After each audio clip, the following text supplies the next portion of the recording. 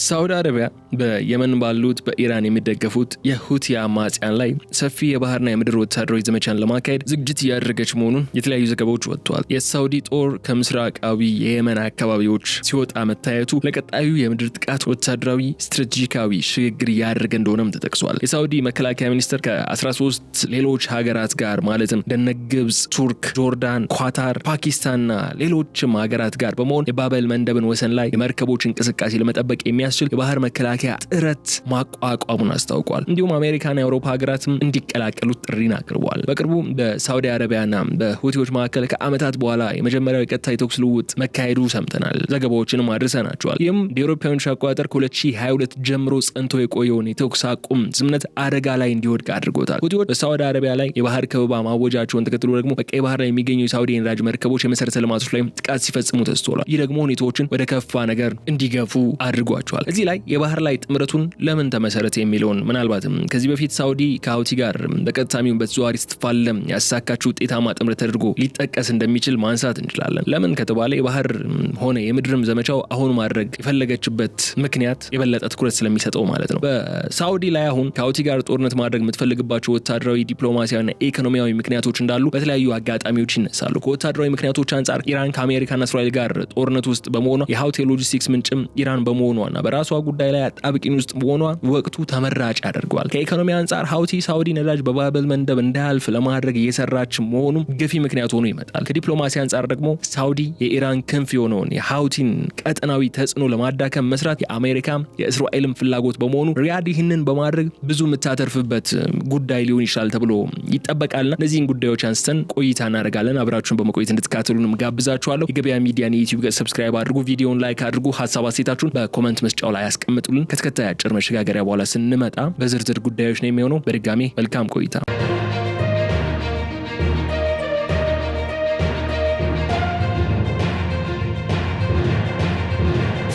በቀይ ባህር በኤደን ባህር ሰላጤና በየመን ወሰን ላይ ለዓመታት ጸንቶ የቆየውን እጅግ ደካማ ተብሎ ሊገለጽ የሚችል የሳሳ ነበር የሚባለው አንጻራዊ ሰላም ሙሉ በሙሉ የሚያፈርስ የመካከለኛውን ምስራቅ አጠቃላይ የኃይል ሚዛን እንደ አዲስ ሊቀርጽ የሚችል እጅግ አደገኛና ሰፊ ወታደራዊ እንቅስቃሴ በይፋ እየተካሄደ ይገኛል። ሳውዲ አረቢያ በየመን የውስጥ ክፍል ውስጥ ስር ሰደው የሚንቀሳቀሱትና በቴህራን ቀጥተኛ የፋይናንስ ወታደራዊና የሎጂስቲክስ ድጋፍ እንደሚደረግላቸው የሚነሱ የሁቲ ኃይሎች ላይ እስካሁን ተደርጎ የማይታወቅ ሰፊ የተቀናጀና ከፍተኛ አቅምን የሚጠይቅ የባህርና የምድር ወታደራዊ ዘመቻ ለማካሄድ የመጨረሻ ደረጃ ስትራቴጂካዊና ታክቲካዊ ዝግጅቷን እያጠናቀቀች መሆኑ የተለያዩ ዓለም አቀፍ የመገናኛ ብዙሃንና ስትራቴጂካዊ ወታደራዊ መረጃ ምንጮች ማጋራት ጀምረዋል። ይህ ዝግጅት ተራ የግጭት ስጋት ወይም የዲፕሎማሲያዊ ጫና ማሳያን ሳይሆን በቀጠናው ላይ የረዥም ጊዜ የደህንነትና የፖለቲካ የበላይነት ለማረጋገጥ የታቀደም ወሳኝ ወታደራዊ እርምጃ እንደሆነ ይነሳል። ይህ የሳውዲ አረቢያ አዲስ ወታደራዊ ንቅናቄ ተራ የመግለጫ ወይም የፖለቲካ ማስፈራሪያ ዛቻን ሳይሆን በምድር ላይ በተግባር እየታየ ያለ ግልጽ የወታደራዊ ኃይል ስብጥርና የአሰላለፍ ለውጥ ሆኖ እናገኘዋለን። በተለይም ከሰሞኑ የሳውዲ አረቢያ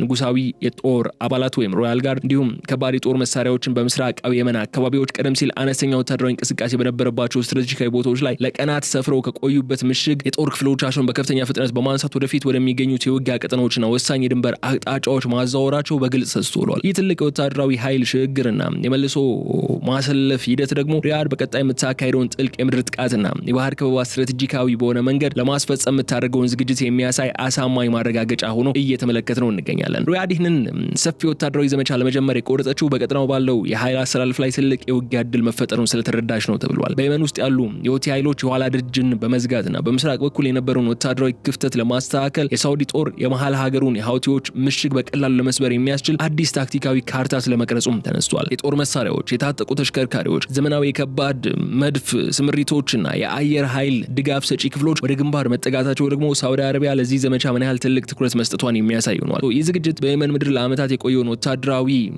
ግጭት የማቆም ወይም የመቀዛቀዝ ሁኔታ በመስበር አዲስ ገጽታን በኃይል ለመገንባት ያለ እንቅስቃሴ ተደርጎ ይወሰዳል። ይህ ክስተት በቀጣይ ቀናት የሚኖረው ወታደራዊና ዲፕሎማሲያዊ አንድምታ ደግሞ እጅግ ዘመነኛ፣ ውስብስብና አደገኛ ነው የሚሆነው። በየመን ያለው የፖለቲካና የደህንነት ሁኔታ ከቀጠናው አጠቃላይ መረጋጋት ጋር በቀጥታ የተያያዘ በመሆኑ ደግሞ የሳውዲ አረቢያ ወታደራዊ መሳሪያዎች ወደ ጦር ዝግጁነት መሸጋገር ሙሉን መካከለኛው ምስራቅ ወደ አዲስና ያልተጠበቀ የጦርነት እሳት ውስጥ ሊከቱ የሚችል አሳሳቢ ክስተት ሆኖ ይመዘገባል። የሪያድ ወታደራዊ አመራሮች ይህንን ዘመቻ በአጭር ጊዜ ውስጥ ለማጠናቀቅና የሁቲ የሁቲዎችን ወታደራዊ አቅም ሙሉ በሙሉ ለማዳከም አቅደው እየሰሩ እንደሆነ የሚያሳዩ መረጃዎችም እየወጡ መሆናቸው ቀጠናውን ወደ አዲስ ታሪካዊ ምዕራፍ የሚያሸጋግረው ነው የሚሆነው። ሪያድ በየመንና በቀይ ባህር ዳርቻ ላይ ልታካሂደው ያሰበች የተባለው የሰፊ የምድርና የባህር ዘመቻ በብቸኛ ኃይል ብቻ ለመምራትን ወይም ልትሳተፍበትን አልመረጠችም። ሳውዲ ከዚህ ቀደም ከነበራት ጂኦፖለቲካዊ ትምህርቶች በመነሳት የቀይ ባህርን የንግድ መስመርና ስትራቴጂካዊ የውሃ መስመር ማለትም የባበል መንደብ ወሰንን አስተማማኝ በሆነ መንገድ ለመጠበቅ የሚያስችል ግዙፍ መከላከያ ጥምረት ማቋቋማ ይፋ አድርጋለች። ይህ ጥምረት እንደ ግብጽ፣ ቱርክ፣ ጆርዳን፣ ኳታር፣ ፓኪስታን ያሉ 13 ቀጠናዊና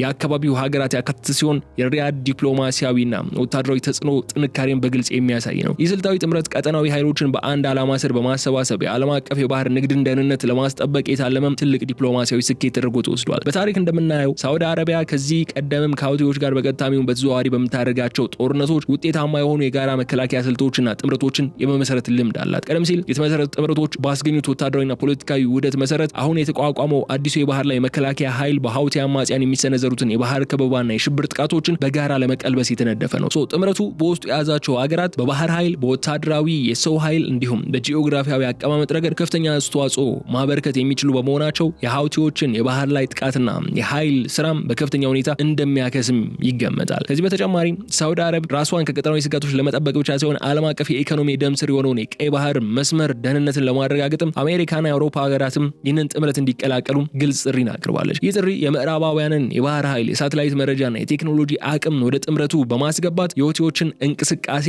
ማቀብና ፈጽሞ እንዳይንቀሳቀሱ ለማድረግም የታቀደ ነው። የሳውዲ መከላከያ ሚኒስትር ያቀረበው ይህ ጥሪ አትላንቲክ ሀገራት በቀይ ባህር ያለውን ስጋት የጋራ ኃላፊነታቸው አድርገው እንዲወስዱትና የህግ ማዕቀፍ እንዲሰጡትም መንገድ የሚከፍት ሆኖ እናገኘዋለን። በአጠቃላይ ግን ይህ የባህር ጥምረት ሳውዲ አረብ ከዚህ ቀደም በየመን ካካሄደቻቸው ወታደራዊ እርምጃዎች ይልቅ የበለጠ የተቀናጀ የሰፋ ዓለም አቀፍ ድጋፍ ያለውና በቀይ ባህር የንግድ መስመር ላይ የተቃጣውን አደጋ ለመመከት ያለመም ውጤታማ ስትራቴጂ ተደርጎ እየተወሰደ ነው የሚገኘው። የጥምረቱ መሰረት ለሁቲዎች ግልጽ የሆነ የፖለቲካና ወታደራዊ መልእክትም የሚያስተላልፍ ሲሆን በቀጣይም በባበል መንደብ ዙሪያ የሚከናወኑ የባህር ኃይል እንቅስቃሴዎች የሁቲዎችን የመርከብ ጥቃት ሙሉ በሙሉ የሚያቆሙና አካባቢውን ነጻ የሚያወጣ እንደሚሆን ነው በርካቶች የሚጠብቁት። የአዲስ የጦርነት ዝግጅት የተቀሰቀሰው በምክንያት አላስፈላጊ ውጥረት ተፈጥሮ ሳይሆን በቦታው ላይ የተከሰቱ አደገኛ ለውጦች ባስከተሉት ውጤት ምክንያት ነው። በቅርቡ በሳውዲ አረብና በሁቲዎች መካከል ከዓመታት በኋላ ለመጀመሪያ ጊዜ ቀጥታ የተኩስ ልውውጥ የተካሄደ ሲሆን ይህም ሁኔታ እንደ አውሮፓውያን አቆጣጠር 2022 ጀምሮ በሁለቱ ወገኖች መካከል ጸንቶ የቆየውን የተኩስ ማቆም ስምምነት ለአደጋ ዳርጎታል። ይህ የተኩስ ልውውጥ ለዓመታት የገነባውን የሰላም ተስፋና ዲፕሎማሲያዊ ውይይትን በማክሸፍ አካባቢውን መልሶ ወደ ከባድ የጦርነት ቀጠናነትን የቀየረው። ይህም የቀደሙት የዲፕሎማሲ ጥረቶች ሙሉ በሙሉ ማብቃታቸውን የሚያሳይ ግልጽ ምልክት ሆኖ ያለፈው። ይባስ ብሎም ሁቲዎች በሳውዲ አረብ ላይ የባህር ከበባ ማወጃቸውን ተከትሎ በቀይ ባህር ላይ በሚገኙ የሳውዲ የነዳጅ መርከቦች ላይ እንዲሁም መሰረተ ልማቶች ላይ ጥቃት ለመፈጸም መንቀሳቀሳቸው የሁቲዎች እርምጃ ቀደም ሲል ይደረጉ የነበሩትን የትንኮሳ ጥቃቶችን ወደ ከፍተኛ ደረጃ ያሸጋገረም በመሆኑ የሳውዲን ዋና የገቢ ምንጭ የሆኑትን የነዳጅ ማጓጓዣ መንገዶችንም ፈተና ውስጥ መጣላቸው ሳውዲ እንዲህ አይነቱ እንቅስቃሴ ውስጥ እንድትገባ አድርጓታል። ሁቲዎች በዘመናዊ ድሮኖች፣ በባህር ላይ ቦምቦች ወይም ሚሳኤሎችና በባሊስቲክ ኃይሎች ታግዘው የሚያካሂዱትን ጥቃት የሳውዲን ወታደራዊ ዝግጅት እንዲፋጠንና የጦርነት ውሳኔን እንድትወስን እንዳስገድዳትም ይነገራል። ይህ የሁቲዎች እርምጃ የሳውዲን ብሔራዊ ደህንነትና የኢኮኖሚ ህልውና በቀጥታ የተፈታተነ በመሆኑ ሪያድ ከዚህ ቀደም ተከትሎ የነበረውን የትዕግስት የንግግርና የዲፕሎማሲ መንገድ ወደ ጎን በማለት ወደ ማጥቃለያ ወታደራዊ እርምጃ እንድትሻገር ማስገድዷታል ይላሉ ዘገባዎቹ። የሳውዲ መንግስት የብሔራዊ ደህንነቱ ሲደፈርና የነዳጅ መሰረተ ልማቶቹ ሲመቱ ዝም ብሎ ማየት እንደማይችልና የነዳጅ መርከቦቹን ለመጠበቅ አስፈላጊውን እርምጃ ሁሉ እንደሚወስድም አስታውቋል። ይህም ውጥረቱን ከመቼውም ጊዜ በላይ በማናር የጦርነቱን አይቀሬነት በግልጽ አረጋግጧል። በዚህ ምክንያት ነው ለሁለት ዓመታት ያህል ቀጥሎ የነበረው አንጻራዊ ሰላምና የተኩስ ማቆም ስምምነት ሙሉ በሙሉ ከንቱ ሆኖ የቀረው የሚሉ መረጃዎች እየወጡ ያሉት። ሁለቱም ወገኖች አሁን ላይ በከፍተኛ የውጊያ ዝግጅት ላይ የሚገኙ ሲሆን የሳውዲ አረብ አዲስ ወታደራዊ ስትራቴጂ የሁቲዎችን ጥቃት ከመከላከል አልፎ የቡድኑን ወታደራዊ አቅም ፈጽሞ ወደ ማዳከም ያዘነበለም ሆኗል። ይህም በቀጣይ ቀናት በየመን ምድርና በቀይ ባህር ላይ ከባድ መራራና የረዥም ጊዜ ፍልሚያ ሊያስከትል እንደሚችል ነው የሚጠበቀው። ከዚህ ባሻገር ሳውዲ አረብ ይህንን ሰፊ የባህርና የምድር ዘመቻ አሁን ለማድረግ የፈለገችበት ዋና ወታደራዊ ምክንያት ከቀጠናው የኃይል አስተላለፍ ለውጥ ጋር የተያያዘ ስለመሆኑ ይነሳል። በአሁኑ ወቅት የሁቲዎች ዋና ደጋፊና የሎጂስቲክስ ምንጭ እንደሆነች የሚነገርላት ኢራን ከእስራኤልና ከአሜሪካ ጋር በገባችበት ከፍተኛ ውጥረትና የፊት ለፊት ግጭት ምክንያት በራሷ ህልውና እንዲሁም ውስጣዊ ጉዳይ ላይ አጣብቂኝ ውስጥ ትገኛለች። ኢራን በገጠማት የፖለቲካ የኢኮኖሚና የወታደራዊ ጫና ምክንያት ቀደም ሲል ለቀጠናዊ ኃይሎቿ ታደርግ የነበረውን ትኩረትና ድጋፍ ቀንሳ መንቀሳቀስ ግዴታ ሆኖባታል ይላሉ ዘገባዎቹ። ቴህራን ለሁቲዎች የምታደርገውን የገንዘብ የመሳሪያና የሎጂስቲክስ ድጋፍ በቀደሙ መጠን ለመቀጠል ማችልበት ሁኔታ ላይ መውደቋ ሪያድ በደንብ ተረድታለች ይላሉ። የኢራን የባህር ኃይልና የመሳሪያ ማስተላለፊያ መስመሮች በአሜሪካና በእስራኤል የደህንነት ቁጥጥርና ከበባ ስር በመውደቃቸው ደግሞ ወደ የመን የሚላከው የጦር መሳሪያ ፍሰት በእጅጉ ተገጥቷል። ይህ ደግሞ በሁቲዎች ዘንድ ከፍተኛ ወታደራዊ መሳሪያ፣ የከባድ ጥይትና የመለወጫ እጥረት እንዲፈጠርም አድርጓል። ሁቲዎች ከጀርባቸው የሚቆም ጠንካራ የኢራን እጅ ባጡበትና ድጋፍ በተቋረጠበት በዚህ ወታደራዊ ወቅት ጥቃት ማድረስ ማለት ሁቲዎችን በቀላሉ ለመስበርና የረጅም ጊዜ ስጋታቸውን ለማስወገድ ወታደራዊ ስትራቴጂካዊ ብልጫ የሚሰጥ ተመራጭ አጋጣሚ ሆኖ ነው የተገኘው። የሳውዲ ወታደራዊ እቅድ አውጪዎች የሁቲዎችን ወታደራዊ አቅም መዳከም እንደ ትልቅ ወታደራዊ እድልን በመጠቀም ዘመቻውን ፈጣንና ውጤታማ ለማድረግም አቅረው ወደ ትግበራ ገብተዋል።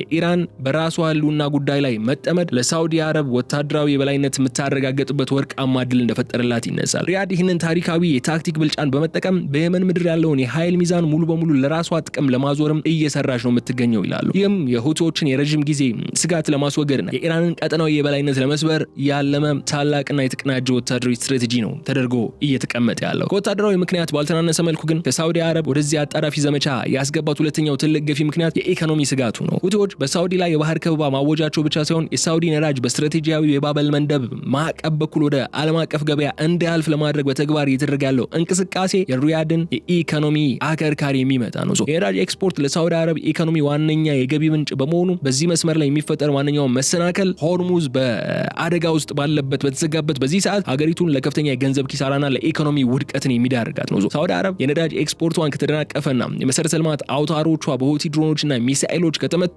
ትልቅ የገንዘብና የንግድ ኪሳራን ይደርስባታል። ከዚህ በተጨማሪ ዓለም አቀፍ የነዳጅ ገበያ መዛባት፣ የመርከቦች የመድን ኢንሹራንስ ዋጋ መጨመርና የመርከቦችን መንገድ መቀየር በሳውዲ የነዳጅ ኩባንያዎችና አጠቃላይ ንግድ ላይ ተጨማሪ ጫናን የሚፈጥረው። ሁቲዎች በነዳጅ መስመሩ ላይ የደቀኑትን ስጋት ሙሉ በሙሉ ማስወገድ የሪያድ ቀዳሚ የኢኮኖሚና ብሔራዊ አጀንዳ ነው ሆኖ የመጣው።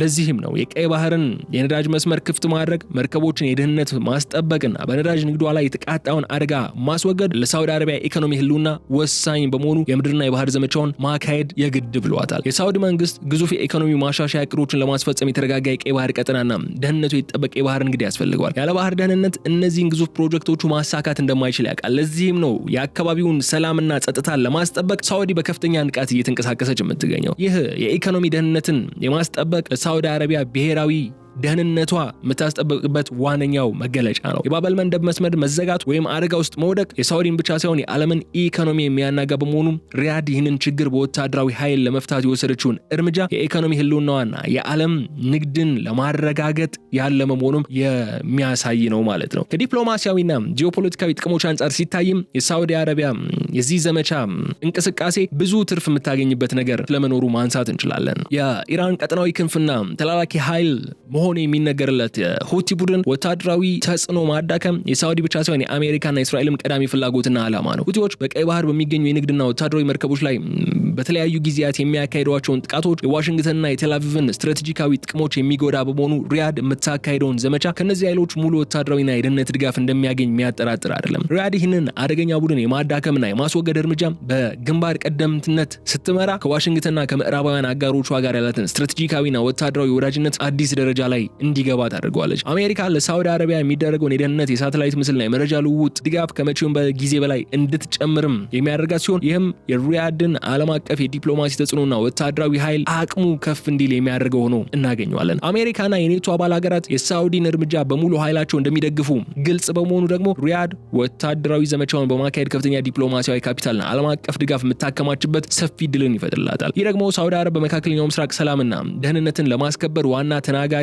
አረጋጊና ውሳኔ ሰጪ ሀገር ሆና እንድትወጣም ትልቅ እድል የሚያመቻች ነው። ከዚህ በተጨማሪ ይህ ወታደራዊ እርምጃ በሪያድ በዋሽንግተንና በቴልአቪቭ መካከል ያለውን የስልት አንድነትና የህብረት ማጠናከሪያ ሆኖ ይወሰዳል። የኢራን ቀጠናዊ ተጽዕኖ የመግታት የጋራ ዓላማ እነዚህን ኃይሎች በይፋና በስውር እንዲተባበሩም ያደረጋቸው ሲሆን ሳውዲ አረቢያ የዚህ ስልታዊ መስመር ግንባር ቀደም መሪና አስፈጻሚ ሆናም እንድትቀጥል እድል ይሰጣታል።